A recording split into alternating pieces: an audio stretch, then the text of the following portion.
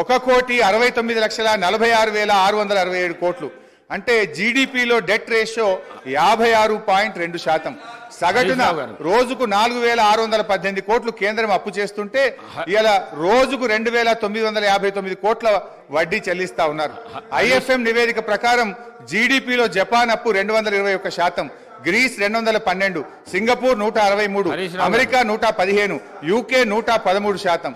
అంటే ఇవన్నీ అప్పులైన దేశాలు అవుతాయి అధ్యక్ష. హరీష్ రావు గారు దయచేసి ప్లీజ్ తొందరగా ముగించండి. హాఫ్ అన్ అవర్ మంత్రి గారికి హాఫ్ అన్ అవర్ సార్. అప్పులు ఎందుకు చేశారు, దేనికోసం? అధ్యక్ష హరీష్ రావు గారు. అధ్యక్ష ఫైనాన్స్ మినిస్టర్ హరీష్ రావు గారు మాట్లాడుతూ సారీ మాజీ మాజీ మాజీ మాజీ మాజీ మాజీ భవిష్యత్తులో ఉండరు కూడా. ఓకే అధ్యక్ష, వారు మాట్లాడుతూ కార్పొరేషన్ తీసుకున్న అప్పులు ప్రభుత్వానికి ఏం సంబంధం, ప్రభుత్వ సంబంధం మాట్లాడుతారు. నేను ఒకటి సూటిగా ప్రశ్నిస్తా ఉన్నాను హరీష్ రావు గారిని. ఏదైతే ఇరిగేషన్ కార్పొరేషన్ ద్వారా ప్రాజెక్టుల గురించి అయితే లోన్ తీసుకున్నారో, అట్లాగే మిషన్ భగీరథ ద్వారా అయితే కార్పొరేట్ లోన్ తీసుకున్నారో, మీరు అంటే నీళ్లు తాగే ప్రజల నుంచి డబ్బులు వసూలు చేసి కార్పొరేషన్ దగ్గర కడతారా, ప్రభుత్వ డబ్బుల దగ్గర కడతారా? రైతాంగానికి అయితే మీరు ఇరిగేషన్ పార్టీలో నీళ్ళు ఇస్తా ఉన్నారో, రైతుల దగ్గర పన్నులు వసూలు చేసి కడదాం అనుకున్నారా? అంటే directly or indirectly is it not the responsibility of the government? Definitely it is part and parcel of the government responsibility, not the corporation. ఒకసారి చెప్పండి. ఇదే వేదిక ద్వారా ఒక మాట చెప్పండి. మేము మిషన్ భాగీరథ ద్వారా నీళ్ళు ఇస్తా ఉన్నాము, ఆ యొక్క ప్రజలు నీళ్లు తాగే ప్రజల దగ్గర నుంచి డబ్బులు వసూలు చేసి కడతారా? చెప్పండి, ఒప్పుకోమని చెప్పండి. రైతుల ప్రాజెక్టుల ద్వారా నీళ్ళు ఇస్తా ఉన్నారు, రైతుల దగ్గర పన్ను సెస్ వసూలు చేసి కడతారా? తిరిగి కడతారా? గవర్నమెంట్ కాదు కట్టేది. Is it not fact?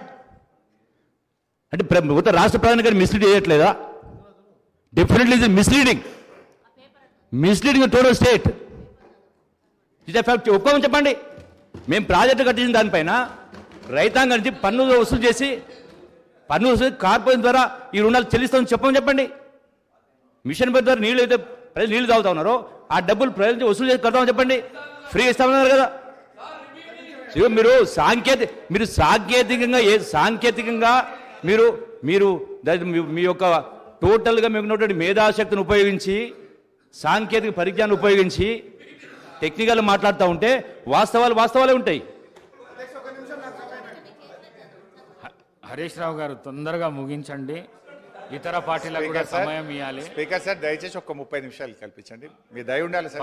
10 నిమిషాల లోపల ముగించండి దయచేసి ప్లీజ్. ఇది రాష్ట్ర ప్రయోజనాల కోసం సార్, నా కోసం కాదు సార్. అధ్యక్ష గౌరవనీయులు మంత్రి గారు జూపల్లి గారు ఒక విషయం అడిగారు అధ్యక్ష. మీ హయాంలో అధ్యక్ష, ఇక నేను మళ్ళీ చెప్తేనేమో నా సబ్జెక్ట్ డీవియేట్ అయితే మళ్ళీ టైం కట్ అవుతుంది. That's my problem. సో అధ్యక్ష, మేము మీ హయాంలో వచ్చిరాని నీళ్ల కోసం నీటి తీరువా వసూలు చేసిన చరిత్ర కాంగ్రెస్ పార్టీది అయితే, నీటి తీరువాను రద్దు చేసి ఉచితంగా నీళ్లు ఇచ్చిన చరిత్ర బీఆర్ఎస్ పార్టీది. పాత నీటి తీరువా బకాయిలను రద్దు చేసినాం. ఈ రాష్ట్రంలో రైతులకు ఉచితంగా సాగునీరిస్తూ నిర్ణయం తీసుకున్న ప్రభుత్వం మా బీఆర్ఎస్ ప్రభుత్వం అధ్యక్ష. ఇకపోతే అధ్యక్ష, మంచినీళ్ల విషయంలో గత 3 సంవత్సరాల నుంచి కూడా ఈ రాష్ట్రంలో ఎక్కడా ప్రజల నుంచి ఒక్క రూపాయి కూడా వసూలు చేయలేదు. ఈ రాష్ట్ర ప్రజలకు ఉచితంగా త్రాగునీరు గత 3 సంవత్సరాల నుంచి ఇస్తున్న విషయం రాష్ట్ర ప్రజలందరికీ కూడా తెలుసు అధ్యక్ష. ఇకపోతే అధ్యక్ష, ఈరోజు అప్పులు ఎందుకోసం చేశారు, దేనికోసం వినియోగించారు, దానివల్ల కలిగిన ఫలితం ఏమిటి అనేటువంటిది ముఖ్యం అధ్యక్ష. తెచ్చిన అప్పులను ఎలా వినియోగించామనే దానిపై ఈ రాష్ట్ర ఆర్థిక క్రమశిక్షణ ఉంటుంది అధ్యక్ష. ఈ విషయం సగటు ఆర్థిక పరిజ్ఞానం కలిగిన వారిని ఎవరిని అడిగినా కూడా చెప్తారు. తెలంగాణ ప్రభుత్వ పరిమితికి లోబడి తెచ్చిన అప్పులను క్యాపిటల్ ఎక్స్పెండిచర్గా ఉపయోగించి తద్వారా సంపద సృష్టించింది, రాష్ట్రానికి ఆస్తులను సమకూర్చింది అధ్యక్ష.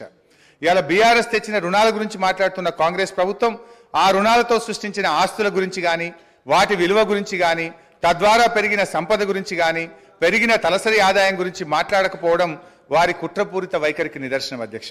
ఈ వైఖరిని ప్రజలు కూడా గమనిస్తున్నారు అధ్యక్ష. గుమ్మి నిండా వడ్లుండాలి, గూటమూల పిల్లలు ఉండాలంటే ఎట్లా అధ్యక్ష? ఇదేం థింకింగ్ అధ్యక్ష? తెచ్చిన ప్రతి పైసా భవిష్యత్ ప్రయోజనాల కోసం పెట్టుబడి పెట్టినాం. గర్వంగా చెప్తున్నాం అధ్యక్ష.